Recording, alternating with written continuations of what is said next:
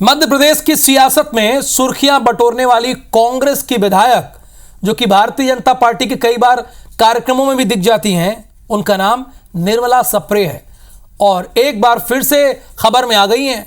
असल में सागर बीजेपी ने संगठन नियुक्ति की सूची जारी की जिसमें कांग्रेस विधायक निर्मला सप्रे को बीजेपी का स्थायी आमंत्रित सदस्य बना दिया गया। ये देखिए लिखा है, जरा हाँ इसको हाईलाइट कीजिए, ये हाईलाइट है भी।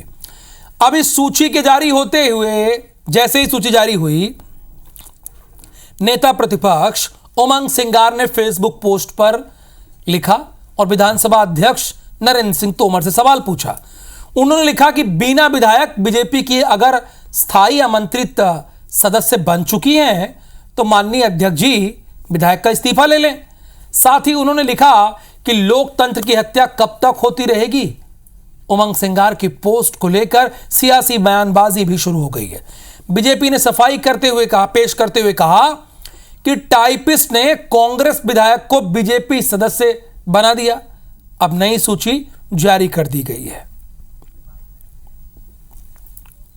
हमारे जिलाध्यक्ष ने स्पष्ट कर दिया कि वो हमारी तरफ से नहीं थे, टोटी बस जो टाइप की थी टाइपिस्ट ने उस धुन में कर दिया होगा, तो उसको बाद में उन्होंने हटा करके वास्तविक सूची जारी कर दी और उसमें उनका नाम नहीं है। भारतीय जनता पार्टी ने संगठन पर्व के अंतर्गत मध्य प्रदेश में बूथों का गठन किया। सदस्यता के बाद सक्रिय सदस्यता हुई, मंडलों का गठन हो गया, सभी संगठन के 62 जिलों का गठन हो चुका है, जिलाध्यक्ष बन गए हैं। भारतीय जनता पार्टी के अगर प्रवक्ता कहते हैं कि अगर गलती से निर्मला सप्रे जी का नाम अगर उसमें आया है तो स्पष्ट करें, क्या भारतीय जनता पार्टी को उन्होंने बीजेपी में उसको एक्सेप्ट किया कि नहीं, ये भी बताएं। भारतीय जनता पार्टी अगर मैदान में आना चाहती, चुनाव लड़ना, तो क्यों डिले करा रही, क्यों आपने विधानसभा अध्यक्ष को निर्णय लेने से रोका। हालांकि बीजेपी ने स्पष्ट कर दिया, अपना बयान जारी कर दिया है। बीजेपी ने कहा है कि टाइपिस्ट की गलती से ऐसा हुआ है। ये बात बहुतों को हजम नहीं आएगी कि टाइपिस्ट की गलती से हुआ, लेकिन कुछ तो कहना था तो बीजेपी ने कह दिया। नवीन सिंह हमारे साथ आपको लाइव दिख भी रहे होंगे। अब इन्हीं से पूरी खबर की जानकारी लेते हैं। नवीन सिंह, बीजेपी की तरफ से ये कहा गया है कि भाई ये एक टाइपिस्ट की गलती थी और उसने गलती कर दी, हमने सुधार दिया। क्या ये मान लिया जाए कि टाइपिस्ट की गलती थी?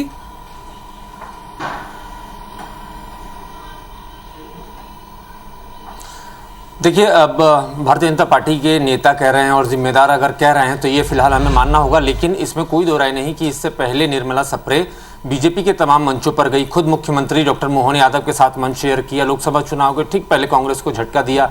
यहाँ तक कि कुछ दिनों पहले निर्मला सप्रे ने भारतीय जनता पार्टी की सदस्यता अभियान भी चलाया।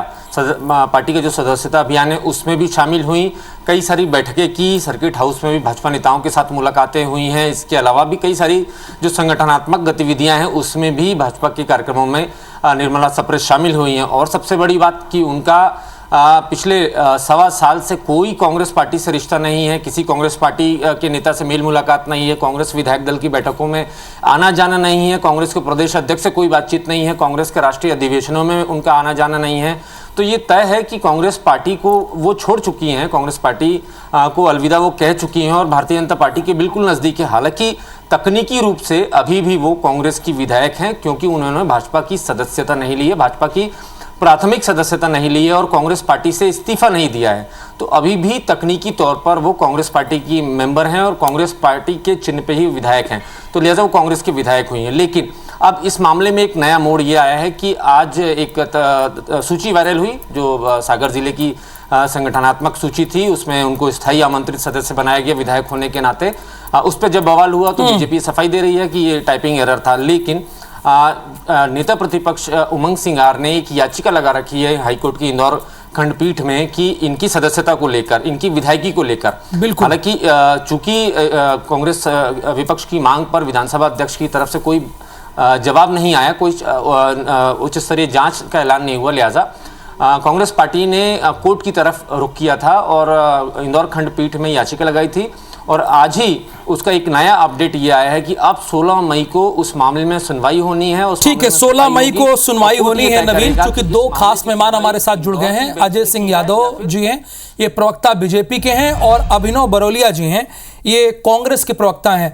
अजय यादव जी, टाइपिंग जो मिस्टेक हुई है वो भी ऐसे विधायक का नाम है जो आपकी करीबी रही हैं, कई बार आपके मंचों में भी दिखी हैं और उनके खिलाफ याचिकाएं भी लगी है। उन्हीं के नाम पर टाइपिंग मिस्टेक होती, अगर दूसरा कोई होता तो मान लिया जाता। क्या कहेंगे आप? देखिए, मैं आपको स्पष्ट तौर पर बताना चाहता हूं कि कांग्रेस पार्टी के नेताओं द्वारा एक फर्जी सूची को पोस्ट किया गया। ये किसी तरह का मिस्टेक का सवाल नहीं है, ना किसी तरह की कोई ऐसी सूची रही है जिसमें निर्मला सप्रे का नाम भारतीय जनता पार्टी की किसी सूची में रहा हो। ये कांग्रेस के नेताओं द्वारा डर्टी ट्रिक्स के तहत एक सूची को बनाया गया और उसको जारी किया गया। ये लगातार प्रदेश में लोकसभा से विधानसभा तक जो कांग्रेस को हार मिल रही है, ये उसकी बौखलाहट है।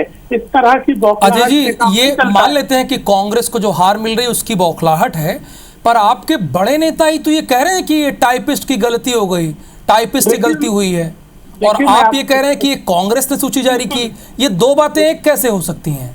मैं आपसे स्पष्ट तौर पर कह रहा हूँ, ये केवल और केवल कांग्रेस द्वारा ये फर्जी सूची जारी की गई। ये किसी तरह की कोई सूची नहीं थी जिसमें विधायक निर्मला सप्रे का नाम हो।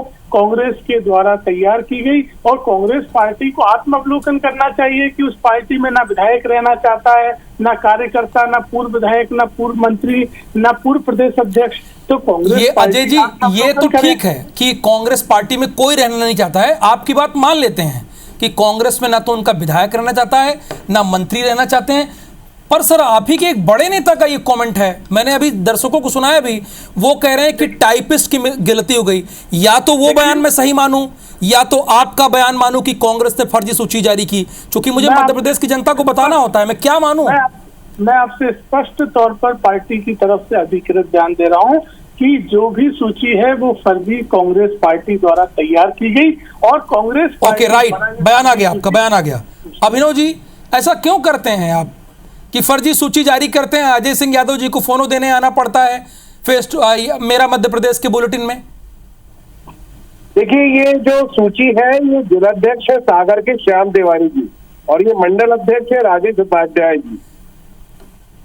उनके द्वारा जारी की गई सूची है, और आपने बताया है कि वरिष्ठ नेता ने बयान भी दिया है कि मिसप्रिंट हुआ है, और यहाँ पर ये भाजपा के अधिकृत बयान बता रहे हैं अजय यादव जी। तो कितना बड़ा ब्लंडर भाजपा में चल रहा है, किसी को कुछ जानकारी ही नहीं है, और इतना बड़ा झोलझाल हो रहा है। तो ये ना नीयत साफ है, ना बात साफ है। ये गजब का हुनर है सफेद झूठ बोलने वालों का। जिसे शामिल कर दिया उसे नकारते भी रहते हैं और जनता को मूर्ख भी समझते हैं। बीजेपी ज्वाइन नहीं की है, कार्यकारिणी में उन्हें स्थायी आमंत्रित सदस्य बना दिया है। कहते हैं, एक कहता है मिसप्रिंट हो गई है, और एक कहता है कि ये फर्जी सूची कांग्रेस ने जारी करी। अरे हमें क्या मालूम आपकी कौन सी कार्यकारिणी और कौन सा सब कुछ बन रहा है। जो आया जानकारी में आपके जिलाध्यक्ष ने जारी किया, ये जनता सुन रही है, आईबीसी की देख भी रही है खुली आंखों से। क्या इतना मूर्ख समझते हो क्या जनता को कि वो बिल्कुल कुछ समझती नहीं है? तो साफ साफ बोलो, छल कर रहे हो, न्यायपालिका के साथ छल कर रहे हो, खुद के साथ छल कर रहे हो, जनता के साथ छल कर रहे हो, और कांग्रेस को कोसने की बात कर रहे हो कि कांग्रेस में ऐसा है वैसा है। जी, ये तो छल की बात करने लगे।